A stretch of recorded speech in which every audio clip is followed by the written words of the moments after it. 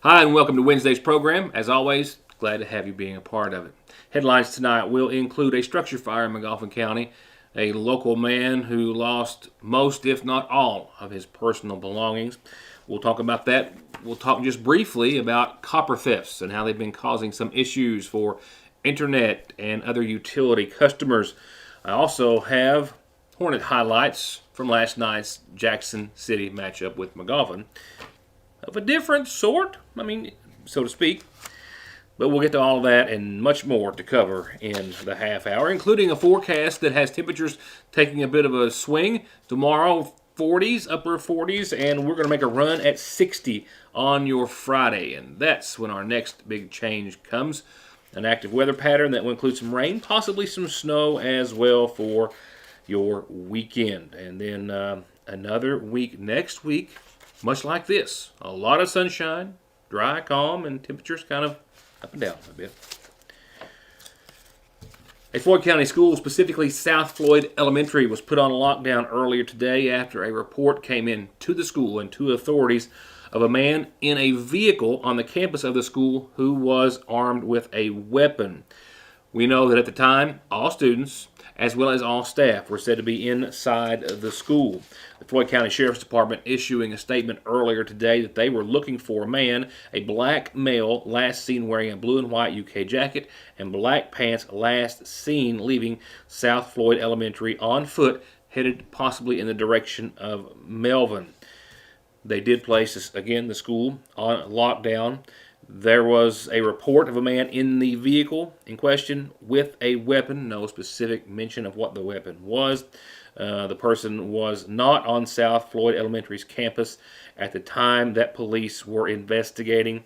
The school lockdown was lifted later on in the morning. That's all the details we have. There were no injuries, no other incidents related to this. No word on any arrests as of yet. I'll keep you up to date. An announcement for you this evening, and that is that there will be a parking situation you should be made aware of tomorrow in downtown Sayersville. Just across, I got that right the first time. It's backwards and behind me, so that's pretty good. Right over here from Grover Arnott's law office all the way up to the mouth of Dixie, there will be no parking. Foothills Communications will be taking down all the old abandoned copper lines that have been there for decades, generations, if you will. They've not been in use for some time. Those in front of our street here on East Maple have been down for quite some time, and those are set to come down tomorrow, beginning in the morning.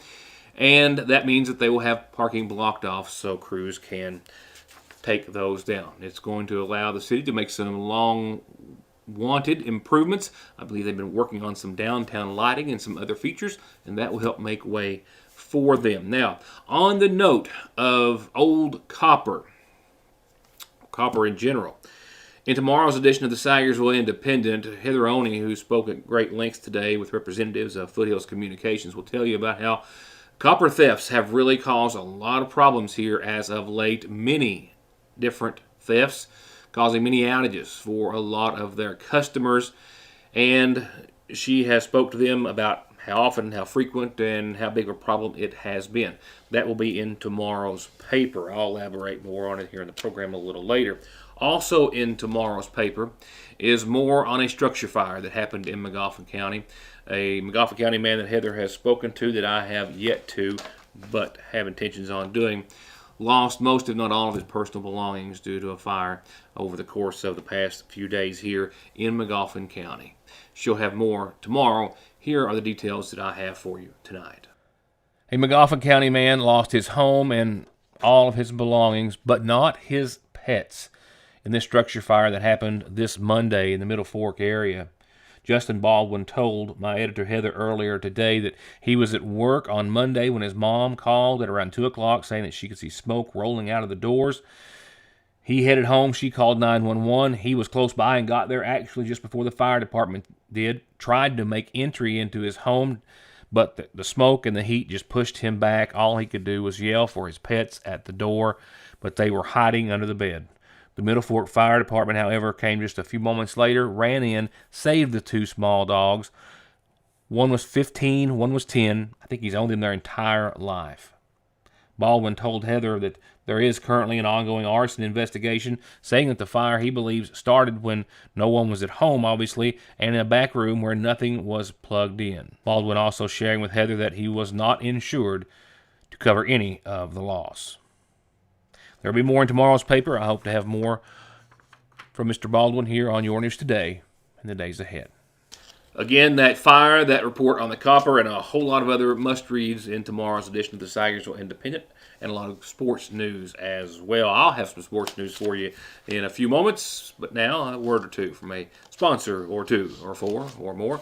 Not everything has changed over the years. Fraser's Prater Drugstore is still your most trusted pharmacy, where you can get your prescription brought to you curbside or make your way to the counter for a snack, lunch, or an incredibly sweet treat. And check out Strings and Things inside the shack, the Radio Shack, musical instruments, guns, ammo, electronics, and more. It's as wonderfully unique of a shopping experience as is the selection at Fraser's Prater Drugstore in downtown Sayersville. SSI and disability cases are harder to win these days. You need all the help you can get. If the government has turned you down, I will not. Many factors are considered when a claim is being processed, like your age, education, physical, and mental disabling conditions. When it comes time to winning your disability case, you should not face a federal judge alone. You need an attorney who is experienced, determined, hardworking, knowledgeable, and dedicated to helping you win benefits that you deserve. If you need help with your SSI or disability case, call me, Donald Wayne McFarland, and let me go to work for you. It's happening, it's happening, it's happening. And to help you celebrate this Super Bowl Sunday more than any other, your Sayersville least famous recipe has got a deal for you on their famous party platter. You get $5 off if you call it in before they close Saturday to pick up on Sunday. And all you have to do is drive through before the game, get your party platter or party platters, and be on your way. Or if you pay ahead, you don't even have to get in the drive-thru. Just pull around to the drive-thru side of the store, give them a call, they'll bring it out to you, and you're on your way to watch the game with the best party food around. Call Lee's anytime between now and when they close Saturday, and you'll get $5 off. Pay ahead, and you can even skip the drive-thru line.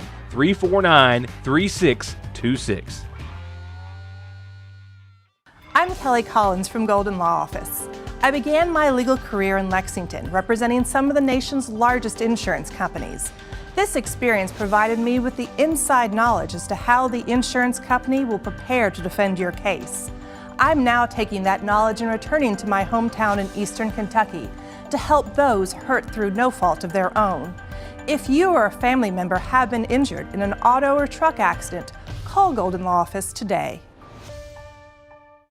Appalachian Wireless has a plan to make your life simpler. Forward pay. No contract, no credit check, no problem. Plans start at just $19.99 a month and include unlimited talk and text. Add 3 GB of data for only $29.99 a month. 6 GB of data, $39.99. Or take it to the max with unlimited data plus, only $89.99, which has 50 gigabytes of high-speed data. All the features without the long-term commitment. It's forward pay because we are you. We are Appalachian Wireless. A quick COVID update before we go any further. We'll take a quick look at today's state incident rate map and other figures, looking at numbers out of Johnson and Magoffin counties and from the state as a whole. Yes, just a brief COVID update tonight. The state as a whole, just a few moments ago, released numbers still over 8,000, but it's better than over 15,000 certainly. The positivity ratings dropped another notch. We're now just below 22% at 21.99, but still 34 deaths to have to add to the state's death toll tonight. But 8,000 cases, so we're still in that decline on a state level. Starting to possibly see a decline here in the Magoffin County level, at least to some degree. Last week was a record-setting week that only beat the week before for a record-setting week, but 22 cases today from the Magoffin County Health Department. That follows the highest of the week, which was 39 on Monday and 34 on yesterday. So we are seeing numbers decline. Johnson County cases pretty much right around the 40-45 number over the course of the past few days, which is also a decline for them, hoping that we will see those numbers continue to fall locally and statewide, well, forever. I mean, let's just be honest. We are still at 163 here in Magoffin County, Johnson County 92 on the state incident rate map. In other news, just days ago, I made an announcement that Kentucky was set to receive $104 million to help cap off abandoned wells, oil and gas wells throughout the Commonwealth. There are literally thousands of them, more documented daily, certainly weekly. Now, Kentucky is set to receive a big increase in the funding that it gets, as is other states, to close those abandoned mines. Dangerous mines left behind.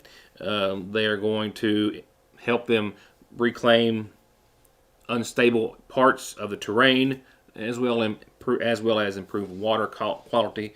And Kentucky had been getting, for example, last year to do this, about $9.5 million. But as part of the bipartisan infrastructure law passed by Congress last year, which allocated almost $11.5 billion in abandoned mine lands funding, Kentucky's going to get over $74 million annually over a 15-year period. West Virginia gets $140 million, and Pennsylvania $245 million or so a year for the next 15 years to take care of abandoned mines. I think I've got a birthday every day for the next several, maybe even into next week already, and some big ones throughout. Here's one tonight, starting Magoffin Farm Bureau, the Magoffin Farm Bureau community calendar for this Wednesday. Happy birthday, Joe. That's happy birthday today to Joe Roark, with all sorts of love from all the family and friends.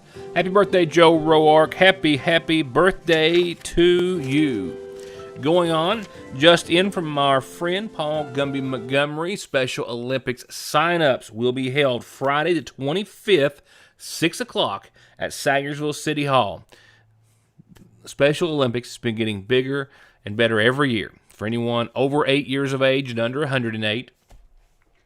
And it's all free. If you can't be there at the meeting, would like to learn more, get an application, whatever, Paul bring it to you. Doesn't matter, whatever it takes. 424-6302 is his number. He would love to hear from any potential athletes or their families. Magoffin County Senior Citizen Center, remember, having their Valentine's party this Monday, Valentine's Day, after lunch at 12:30. They'll be serving lunch, then having the party afterwards. All sorts of sweet treats, live entertainment for any seniors who currently or who have ever visited the center or would like to come and see what kind of fun they're having. It's a great time to do it. Monday, 12:30 at the Magoffin County Senior Citizen Center. If you have announcements, birthdays, anniversaries, and the like, you know the drill. This is where you send them. Send them to me, and I will tell everyone about them. Other announcements come to you via the Magoffin County Funeral Home. Tonight, we have learned that services have now been set for 78-year-old Samuel Lee Wright of Sagersville, who passed away Sunday. He's survived by his wife, Hazel, daughters Victoria Wright, Sandra Wright, and Melissa Howard, 2 grandchildren, and his brother, Hassel. He was preceded in death by 5 brothers and 2 of his sisters. Funeral services will be held Friday morning at 11 in the Magoffin County Funeral Home. Visitation will be after 6 o'clock on Thursday and any time prior to the services that day. And services still being set at this time for 60-year-old Michael Taylor Caldwell of Tommy Dyer Road. He passed away at his home on Monday of this week. Those announcements to be made soon through the Sagersville Funeral Home.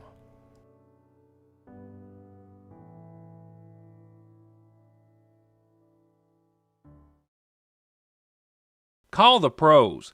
All Pro Gutter Works specializes in seamless gutters, vinyl siding, metal roofing, replacement doors and windows, remodeling or adding on to your home with free and fair estimates backed by decades of happy and return customers with guaranteed satisfaction and 18 months 0% financing. All Pro Gutter Works. 349-9999.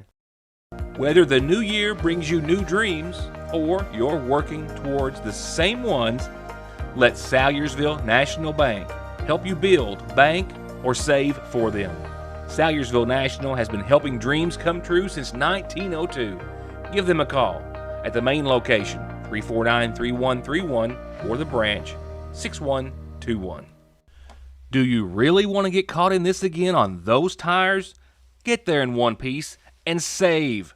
Conley Tire's got specials going on right now through the end of March, like $100, even $200 back on a set of Goodyears. And get those tires, brakes, service, whatever you need with 6 months no-interest financing. Conley Tire in Staffordsville or conleytire.net. Parkway Pharmacy, as always, promises the quickest service with the very best care and prices, and to always have someone there to talk to when you have a question. With 3 pharmacists, curbside, drive-through, and call-ahead service. Parkway Pharmacy in Sayersville, 349-4400. Where you can always talk to a pharmacist when you need one. Valentine's Day is Monday, and the seasonal shop is ready to help you make your Valentine feel extra special with gifts for everyone, even the fellas. New arrivals daily.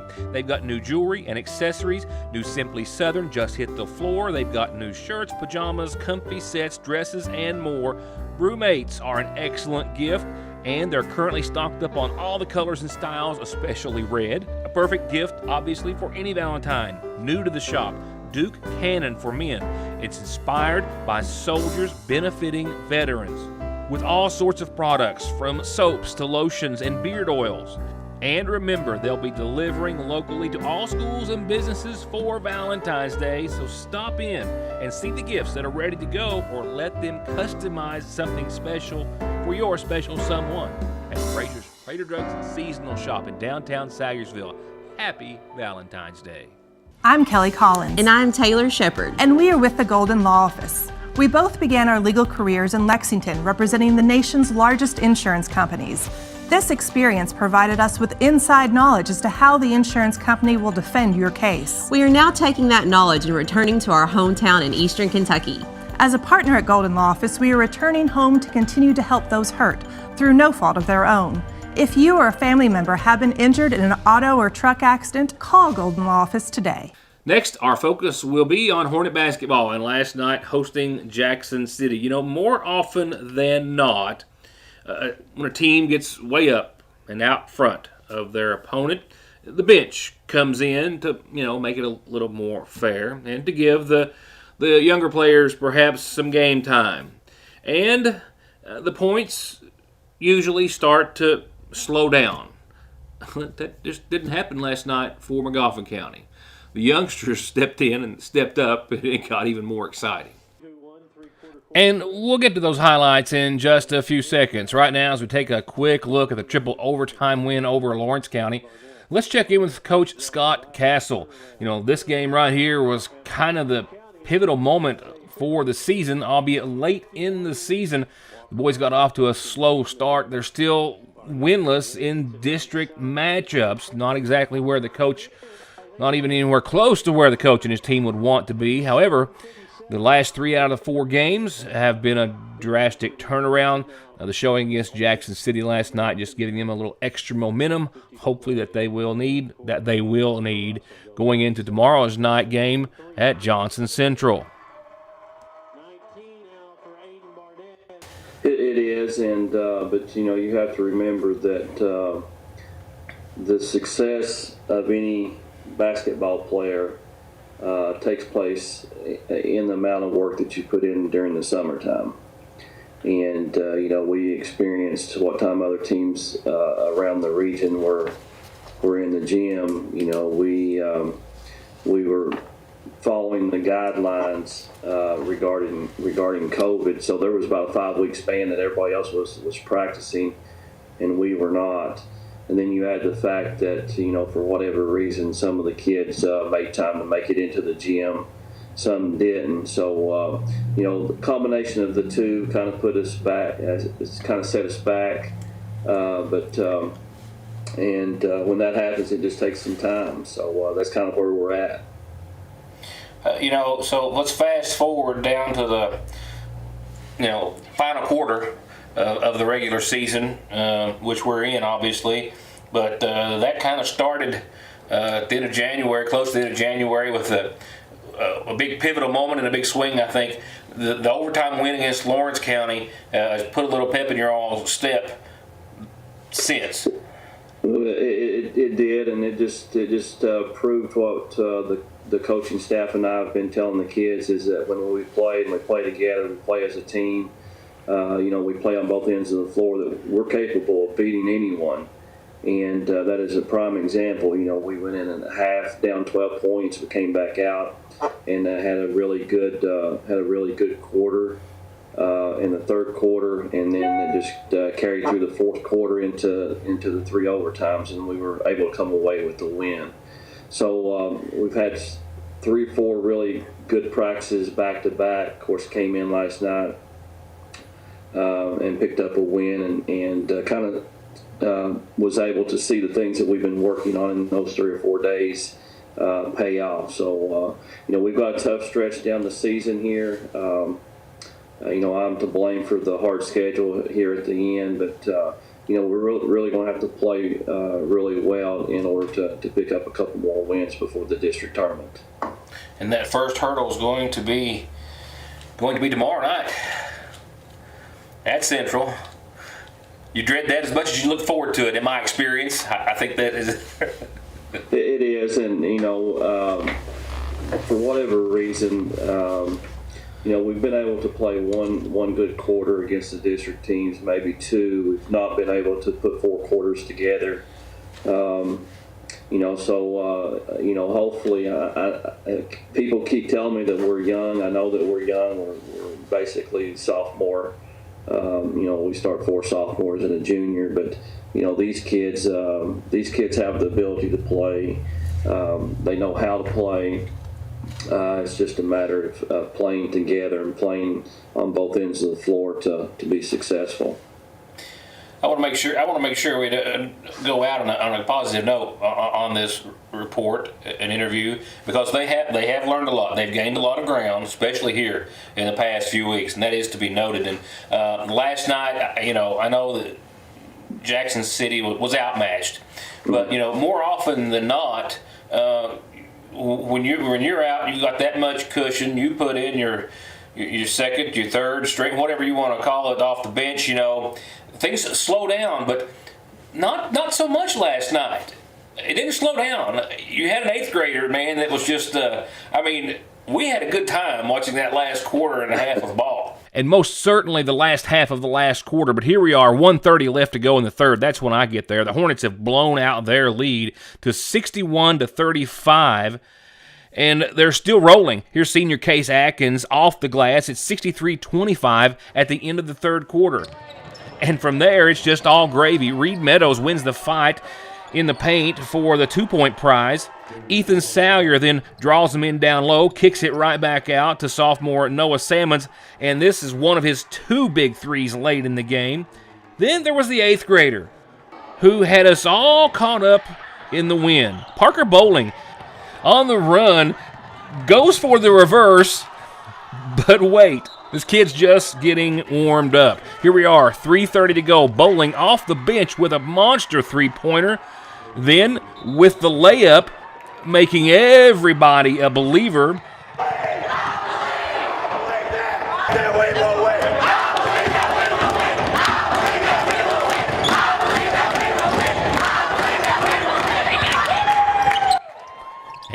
And if you weren't a believer already, another big 3 from Bowling, and kid had 11 on the night. Well, I think everyone at the game had a good time last night, especially the players, and that's something that, like I said, we've worked on the last 3 or 4 days.